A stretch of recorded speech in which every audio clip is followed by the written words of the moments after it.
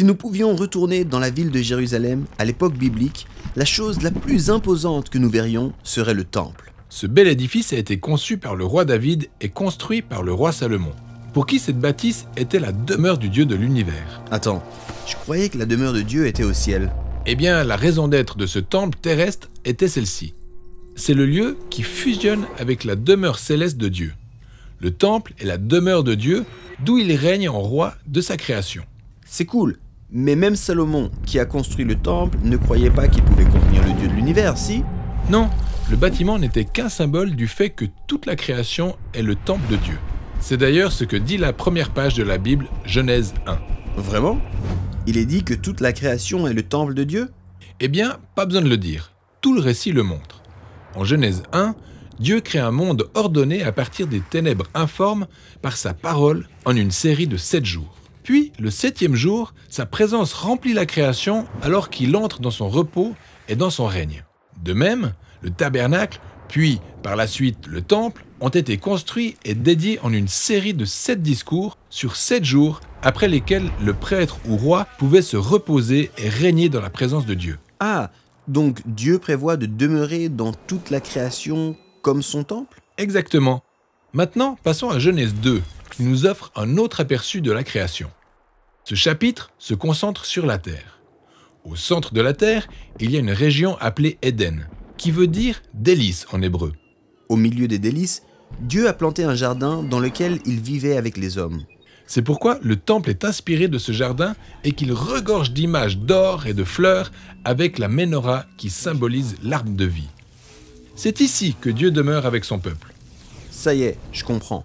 Et regarde, dans le temple, les prêtres et les lévites d'Israël travaillaient afin de garder la présence de Dieu.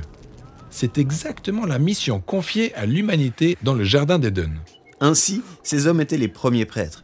Mais au lieu de régner avec Dieu, ils voulaient régner selon leurs propres termes, si bien qu'ils ont été exilés du jardin-temple. Comme Adam et Ève, les dirigeants d'Israël voulaient régner selon leurs propres termes et ont aussi été exilés. Le temple a été détruit, et ils se sont demandé si Dieu avait abandonné Israël.